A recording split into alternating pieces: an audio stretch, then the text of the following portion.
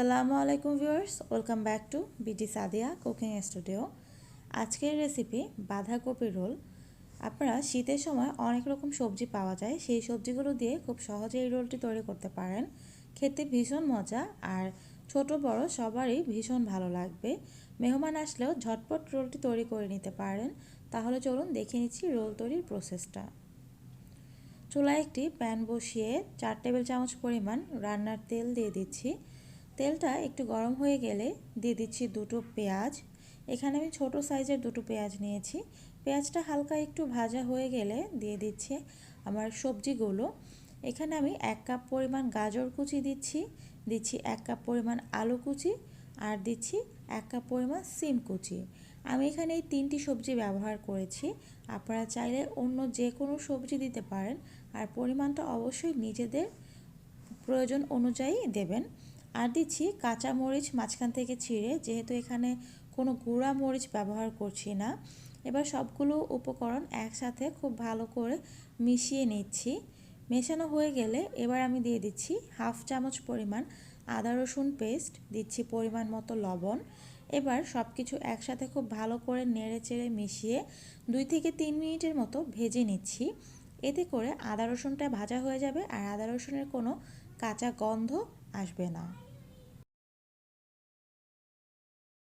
সবজিতে আমি কোনো প্রকার পানি ব্যবহার করছি না।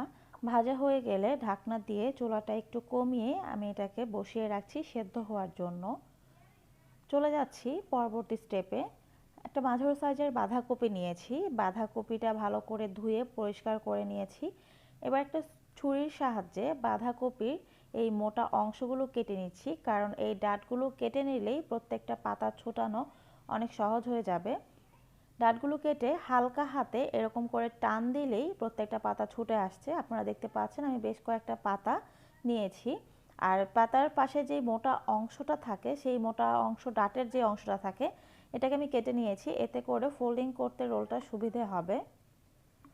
চুলায় একটি হাঁড়িতে পর্যাপ্ত পরিমাণে পানি দিয়ে পানিটা যখন ফুটে আসবে তখন দিয়ে দিচ্ছি লবণ।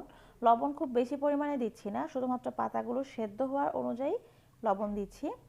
লবণটা একটু ভালো করে মিশিয়ে দিয়ে দিচ্ছি বাঁধাকপিগুলো।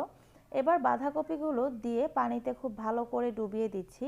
আর মনে রাখতে হবে যে কোনোভাবেই কিন্তু চুলাটা অনেক বাড়িয়ে অনেকক্ষণ সেদ্ধ করা যাবে না। এতে করে বাঁধাকপিটা সেদ্ধ হয়ে একদম ভর্তা হয়ে যাবে, তখন কিন্তু এটা দিয়ে আর রোল তৈরি করা যাবে না। পানিতে খুব ভালো করে ডুবিয়ে আমি ঢাকনা দিয়ে ঢেকে দিচ্ছি 2 থেকে 3 মিনিটের জন্য। এতে করে বাঁধাকপিটা সেদ্ধ হয়ে যাবে। প্রায় 3 মিনিট পর ঢাকনাটা তুলে নিচ্ছি। আপনারা দেখতে পাচ্ছেন যে বাঁধাকপিটা কিন্তু বেশ সেদ্ধ হয়ে এসেছে এবং অনেকটা স্বচ্ছ হয়ে এসেছে।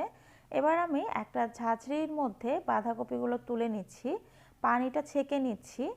আর পানি থাকলে কিন্তু বাঁধাকপিটা আরও বেশি সেদ্ধ হয়ে যাবে, তাই যথাসম্ভব পানি ছেঁকে ছিদ্রযুক্ত একটা জালির মধ্যে নিয়ে আমি এটাকে ছেঁকে নিচ্ছি, যেন এক্সট্রা যে পানিটা আছে সেটাও চলে যায় আর এটা অনেকটা ঠান্ডা হয়ে আসে, কারণ গরম তো আর ফোল্ডিং করা যাবে না রোল।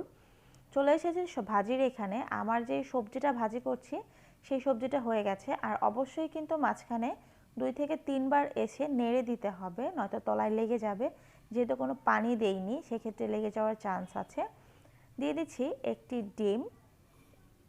এবার দিচ্ছি ডিমের পরিমাণ মতো লবণ, কারণ তখন আমি শুধু সবজিতে লবণ দিয়েছিলাম। আর দিচ্ছি কিছু ধনেপাতা কুচি। ধনেপাতা কুচিটা সম্পূর্ণ অপশনাল, দিলে খুব সুন্দর একটা ফ্লেভার আসবে, খেতেও ভালো লাগবে। আর না থাকলে না দিলেও চলবে। এবার ডিমটা সবজির সাথে খুব ভালো করে আমি মিশিয়ে নিচ্ছি এবং একটু চুলাটা একটু বাড়িয়ে একটু ভেজে নিচ্ছি, যেন ডিম এবং সবজিটা খুব ভালো করে ভাজা হয়ে যায়। তৈরি হয়ে গেছে রোল তৈরির জন্য সবজিটা। এবার চলে যাচ্ছি রোল তৈরিতে। পরিষ্কার একটি প্লেট নিয়ে এখানে আমি একটি বাঁধাকপি বিছিয়ে দিচ্ছি। আপনারা দেখতে পাচ্ছেন যে বাঁধাকপির সাইডটা একটু ছিঁড়ে গেছে, এতে কোনো সমস্যা হবে না, কারণ যদি মাঝখান থেকে ছিঁড়ে যেত তাহলে আর রোলটা তৈরি করা যেত না। এখানে আমি কিছু পরিমাণ ভাজি দিয়ে দিচ্ছি। যেই পরিমাণ আটে আর কি বাঁধাকপির সাইজ অনুযায়ী ভাজিটা দিতে হবে। আপনারা খুব ভালো করে লক্ষ্য করুন যে কীভাবে ফোল্ডিং করছি। প্রথমে সামনে থেকে এনে এবার 2 সাইড থেকে বাঁধাকপিটা দিয়ে দিচ্ছি, এতে করে সবজিটা বের হয়ে যাবে না। এই কাজটা খুবই হালকা হাতে করতে হবে।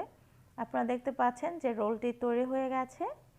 যেহেতু বাঁধাকপিটা আগে থেকে সেদ্ধ করে রেখেছিলাম তাই সাইডগুলো একসাথে মিশে গেছে, কোনো ফাঁকা অংশ নেই।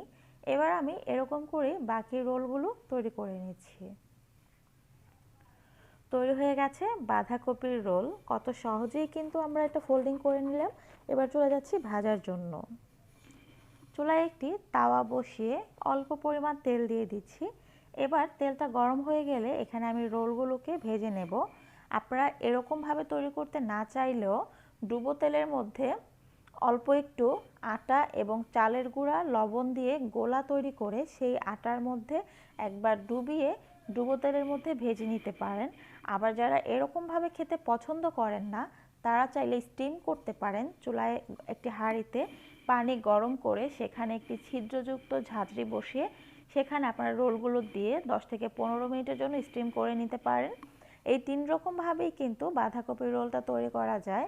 আর যেভাবেই তৈরি করুন না কেন এই রোলটা কিন্তু খেতে ভীষণ মজা হয়। আর দেখতে তো কতটা সুন্দর হয়েছে আপনারা নিজেরাই সেটা দেখতে পাচ্ছেন। আশা করছি আমার আজকের ভিডিওটি আপনাদের ভালো লেগেছে। আর ভালো লেগে থাকলে অবশ্যই লাইক অ্যান্ড শেয়ার করবেন।